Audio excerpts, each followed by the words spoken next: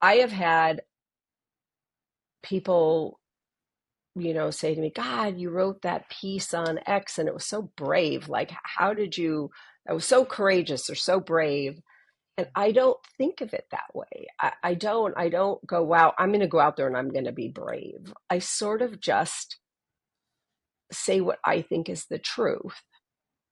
And I don't worry about who it's going to upset, except that I'm sensitive to my own biases.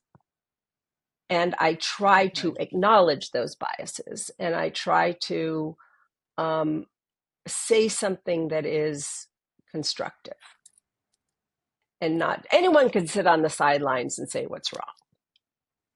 Right. We all, that's kind of easy. Mm-hmm. So I try to bring some hope or some perspective that maybe people didn't have before they read something I wrote.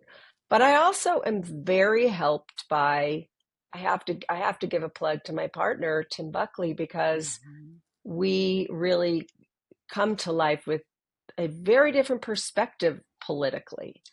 And that's a rare thing, to have two people in this context work together.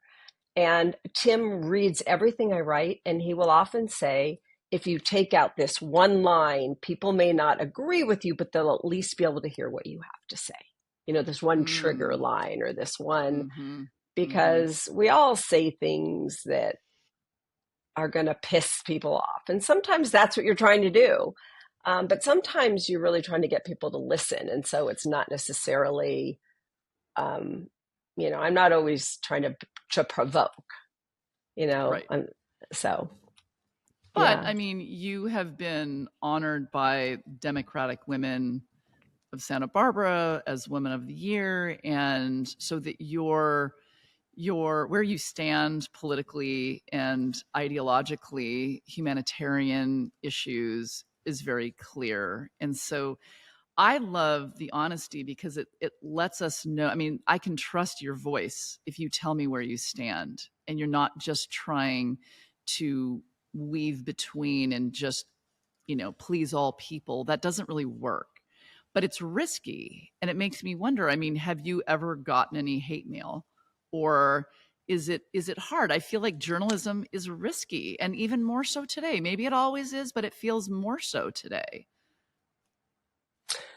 Well, it's risky anytime you put yourself out there. It's risky. I'm sure if you haven't already, you're going to get comments on your podcast. Of course, I get hate mail. There are Mhm. people out there with a lot of hate, and and anytime you put yourself out there in any meaningful way, I think people are going to have opinions about it. So I remember when I first took over the paper, and by the way, I am not pretending to have super thick skin. I do not. It gets Mm. to me sometimes, Ah. for sure. And I remember my husband saying to me very early on, he said, just remember that at the height of his popularity, Barack Obama had 50% of the country that wanted him gone, that hated his guts. Right.